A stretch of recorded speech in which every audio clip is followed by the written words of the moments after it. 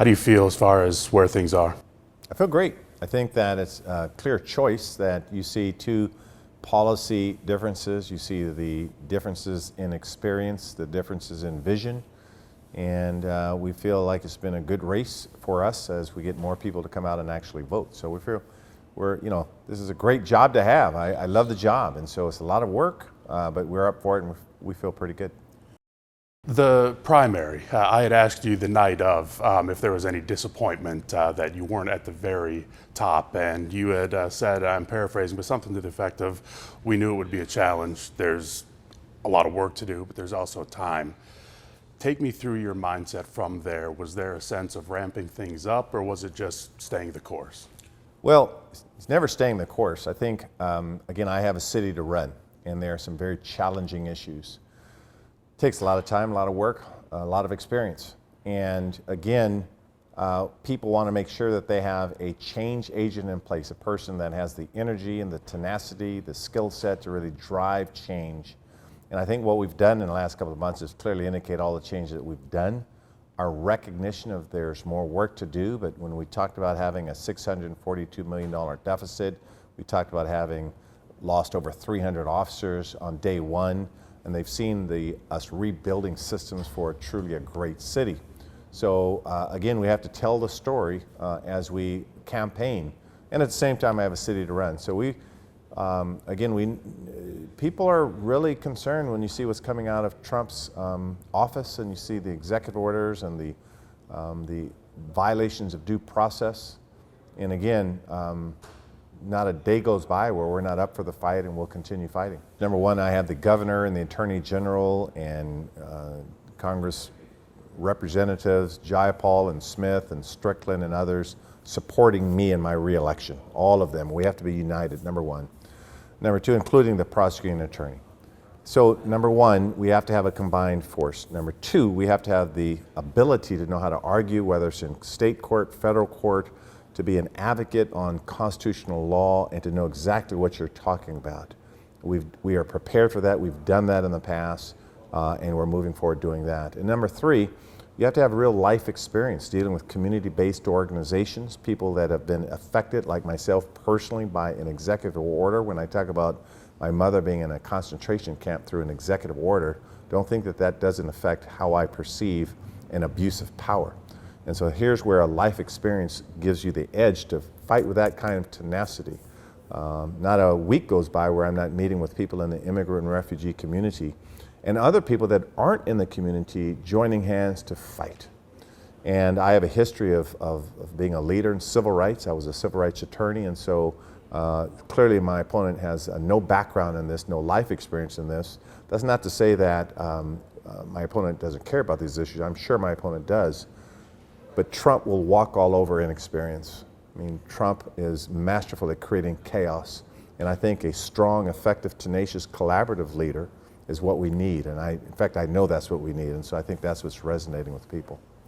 Moving forward in the city, affordable housing has been a huge talking point throughout the campaign, really outside of the campaign. I think that's kind of a top of mind issue for a lot of people.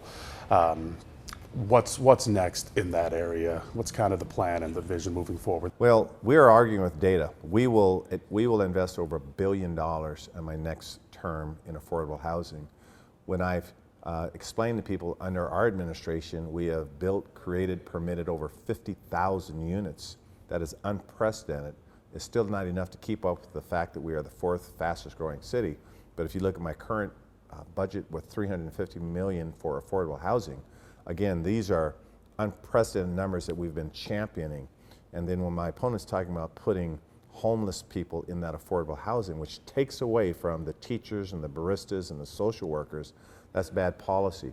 We have a whole separate strategy for sheltering the homeless. And in that capacity, if you look at 2020, for example, there were only 2,078 shelters. Now there's 3,025. So it's misleading to say that we've reduced shelter when in fact we've increased it.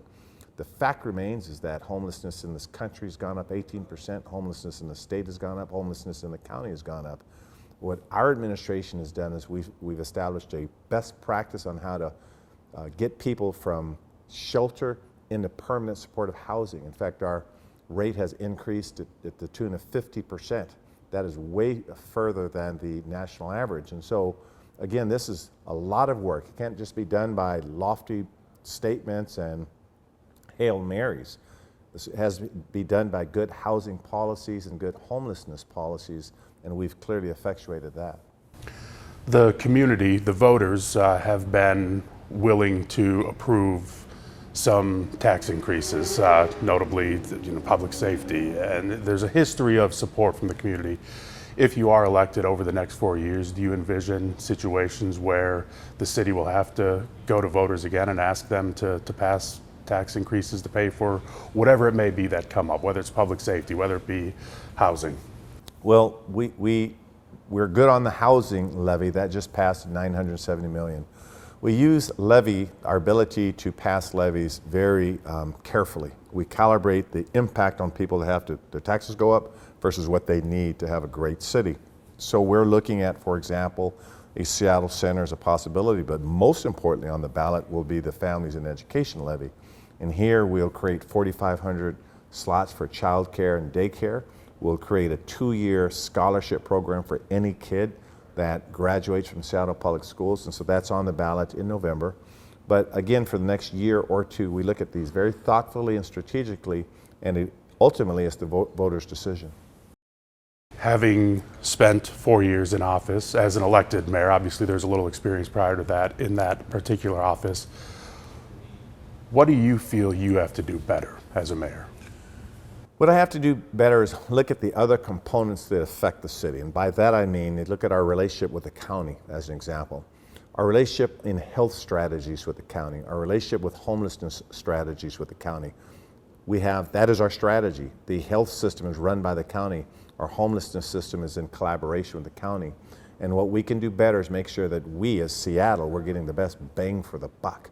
That indeed the other cities in the county, there are 39 cities in the county, that they are participating, and these are great cities by the way, and they're run by great mayors, most of whom have supported my reelection. But are we truly a regional organization? And from a health strategy standpoint, are we really getting the return on investment when I still see people killing themselves with fentanyl, which is a health crisis that presents itself as a public safety crisis? So what we can do better is making sure our relationship with the county is optimized, and I'm not convinced we're doing that at all. Anything else you want to mention or say? Is making sure our relationship with the county is optimized, and I'm not convinced we're doing that at all. Anything else you want to mention or say? I'll talk about the experience issue a little bit. Yeah.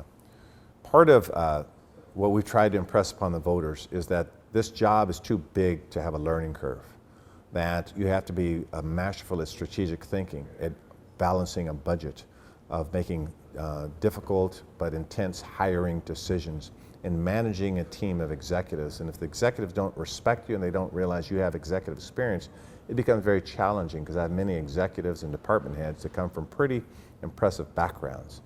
And the learning curve is huge. And with Trump in office, doing what he's doing on the city, there's just no time for a learning curve. And we've set the foundation up for Seattle to be nationally recognized and respected as a welcoming city, but also a leader in innovation and biotech and high tech and everything else we stand for. And that's why the next 4 years are going to be so critical for the success of Seattle.